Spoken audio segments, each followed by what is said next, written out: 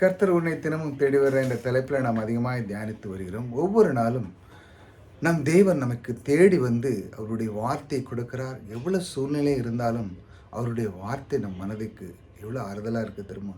எத்தனை விஷயங்கள் நமக்குள்ள இந்த உலகத்தில் நடந்திருந்தாலும் பாருங்கள், தேவனுடைய வார்த்தை தான் நம்மை வாழ வைக்கிறது இல்லையா?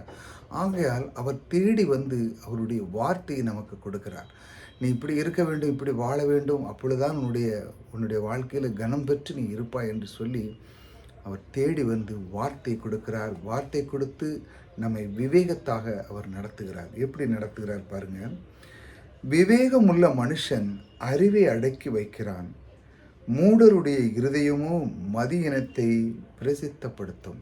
பாருங்க, ஒரு மனுஷனுக்கு விவேகம், அதாவது அவனுக்கு எப்படி பேசணும், எப்படி இருக்கணும், எப்படி கையாளணும், எப்படி குடும்பத்தை மேற்கொள்ளணும், ஒரு பெரிய கம்பெனியில் இருந்தான்னா அதனுடைய பொறுப்பை எப்படி கையாளணும், இப்படி ஏகப்பட்ட விஷயங்கள் அவன் விவேகத்தோடையே நடந்து கொள்கிறான். அவனுக்கு இப்படி தான் வாழ வேண்டும், இப்படி தான் தேவன் நம்ம நிர்ணயித்து வைத்திருக்கிறார், இப்படி இருந்தால் தான் இந்த பூமியில் எல்லாமே பெற்று வாழ முடியும் என்று சொல்லி தேவன் நமக்கு அதை கற்றுக் கொடுக்கிறார். அது மதி உள்ள அந்த மனிதன் என்ன செய்கிறான்? அவன் விவேகத்தோடு அறிவை அடக்குகிறான், அவன் அறிவியை அடக்கி வைத்துக்கிறான். ஆனால் ஒரு மூடன், அதாவது மூடன்னா அவனுக்கு சில விஷயங்கள் தெரியலை, அவ்வளோதான். அவனுக்கு தெரியாமல் இருக்கும் பொழுது அவன் என்ன செய்கிறான் பாருங்க. அவனுடைய மூடனோ இருதயமோ மதியினத்தை பிரசித்தப்படுத்தும். அதாவது இதில் என்ன பாருங்க, மறுபடியும் வாசிக்கிறேன். மூடருடைய இருதயமோ, ஆனால் முதல்ல என்ன கொடுத்துருக்கு? விவேகம் உள்ள மனுஷன் அறிவை அடக்கி வைக்கிறான். இங்கே என்ன கொடுத்துருக்கு? மூடருடைய இருதயமோ. இங்கே இருதயத்துக்கே டைரெக்டாக வார்த்தை கொடுத்துருக்கு.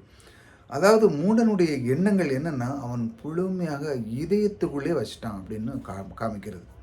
ஆனால் விவேகம் உள்ளவன் அவன் அறிவை அடக்கி வைக்கிறான். எங்கே?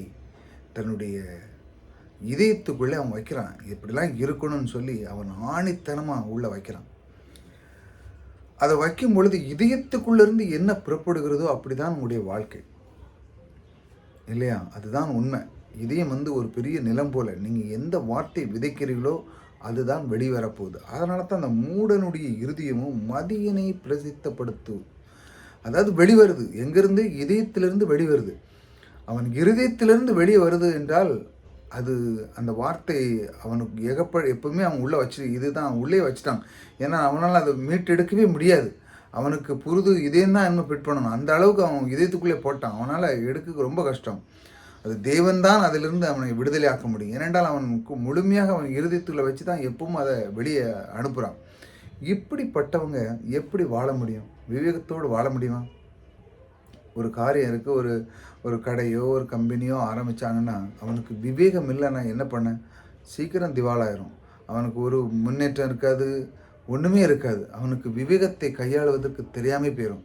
தேவனுடையோடு அந்த வார்த்தை அவனுக்கு தெரியாமல் போயிடும். தேவன் என்ன சொல்லுகிறார்? அதான் சொல்லுது, அந்த விவேகத்தினுடைய மனுஷன் அறிவி அடக்கிறான். அது அவனுக்கு தெரிய மாட்டேங்குது. யாருக்கு? மூடனுக்கு. எப்படி இருக்கணும், எப்படி அவன் பாருங்க. அந்த விவேகம் உள்ளவன் என்ன செய்கிறான்னா அவனுக்கு அதெல்லாம் கற்றுக்கொண்டு அவனுடைய வாழ்க்கை அப்படியே முன்னேறி போயிட்டுருக்கு. ஆனால் மதிகேடனும் அவனுடைய உள்ளத்தில் வச்சு திரும்ப திரும்ப யார் வந்தாலும் தப்பான வார்த்தைகளை பேசி, கெட்ட வார்த்தைகளை பேசி, மற்றவர்களுக்கு துன்புறுத்தது பண்ணி இப்படி எல்லா விதத்திலையுமே அவன் இந்த மாதிரியே காரியத்தில் அவன் இருக்கிறதுனால அவனுடைய வாழ்க்கையில் அவன் விவேகத்தை இழந்து போயிடுறான். விவேகம்னா அவனுக்கு வருகிற வெற்றி, இந்த வெற்றி அவன் இழந்து போய்கிறான். ஆகையால் தான் தேடி வந்து அவர் கற்றுக் கொடுக்குறாங்க. நான் உங்களுக்கு சொல்லுகிற அந்த வார்த்தை என்னென்னா, விவேகத்தை தேவன் எப்படி கொடுக்கிறார்? அதாவது ஒரு மனுஷனுக்கு அறிவு, அவனுக்கு விவேகம் வந்த உடனே அவனுக்கு எல்லாமே கிடைக்கிறான். மூடனுக்கோ அது இல்லாமல் போகிறது. ஆகையால் நீங்கள் விவேகத்தை பேணிக்கொள்ளுங்கள் என்று கர்த்தர் கற்றுக் கொடுக்குறார். விவேகம் தான் ரொம்ப முக்கியங்க. வாழ்க்கையில் நீங்கள் சரியாக கையாள தெரிஞ்சவனுக்கு எல்லாமே கிடைக்கும் இந்த உலகத்தில். எல்லாருமே மதிப்பு, மரியாதை எல்லாமே கேட்கும். நீங்கள் சும்மா 4 பேர் நின்று சின்ன பையனுக்கு இடத்துல பெரிய பையன் நின்று பேசினா வளவளாமா பேர் உங்களுக்கு அந்த இடத்துல மரியாதை இருக்காது. எங்கே நிற்கணுமோ அந்த இடத்துல பேசணும், யாரிடம் எப்படி பேசணுமோ அது ரொம்ப கவனம். இந்த வார்த்தை என்பது மிகவும் இது ரொம்ப வல்லமையார்ந்த வார்த்தை. நீங்கள் பேசுகிற ஒவ்வொன்றும் ஒரு பெரிய வல்லமை கொடுக்கிறது.